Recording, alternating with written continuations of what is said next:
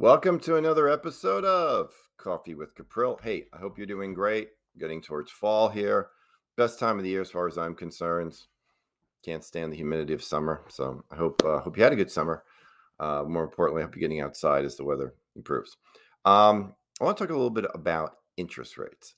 What happens when interest rates rise? Well, there are good and bad sides to that. Generally speaking, it's not good. And the reason for that is because it now costs more for companies to borrow money to run their operation, which is going to eat away in their profits.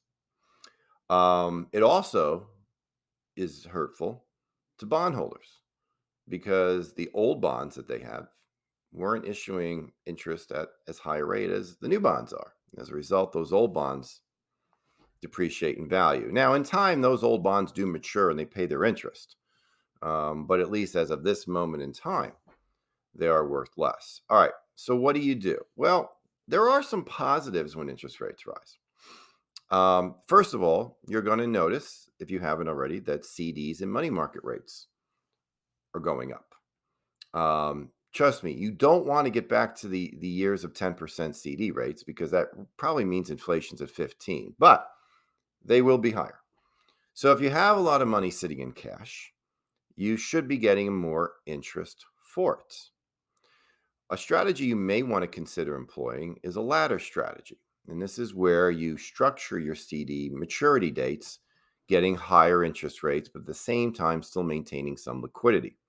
So, for example, let's say somebody had $90,000. They could put 30,000 in a 1-year CD, another 30 in a 2-year, and then another 30 in a 3-year CD. And that means every single year you will have a CD maturing, right? After 1 year, the 1 year matures.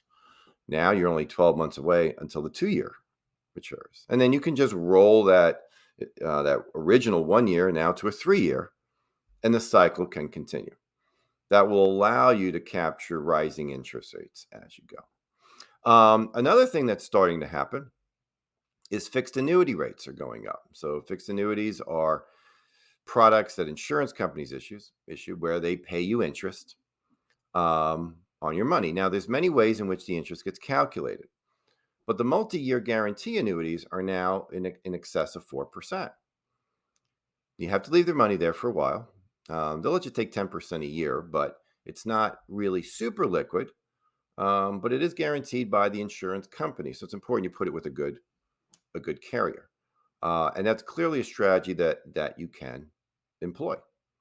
By locking in that interest rate permanently, you don't, at least for the time that they're willing to give you, you don't have to be as concerned about the interest rate suddenly going down again. You're going to be locked in on that product.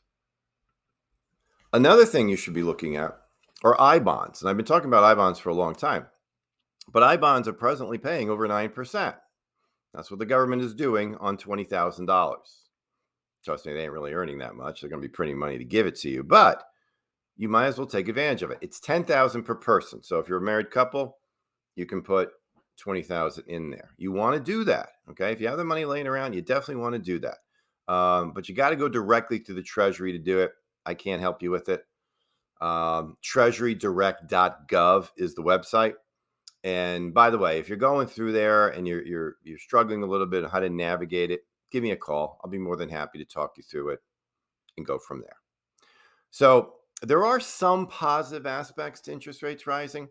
Not a lot, but there are some things that you can do proactively. Now, I will tell you, because interest rates are rising, now is not a great time to buy a new home if you've got to get a mortgage.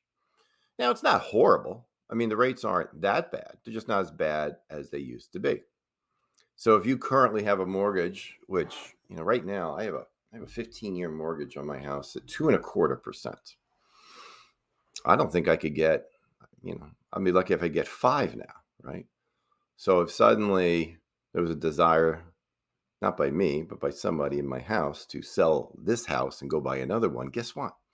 Unless I can pay cash for it, which I don't like paying cash for houses, then I'm going to be paying a lot more interest. So timing, something you got to keep that in mind as you go forward. All right. So bank CDs, money market accounts should be better. I don't think they're going to be great. They should be better. Annuities definitely are better. But just remember this. We're going through a short term, usually most economics is a short term phenomenon. Historically, bad news is never permanent. Historically, bad news doesn't last that long. I can't make you any promises about the period we're in. I just know we've been through worse. So let's not abandon equities altogether. Let's just maybe shore up some things if it makes sense. Before you act, talk to me. Let's talk. Let's see if this is a good idea for you. All right. Have a great month. See you soon. Bye bye.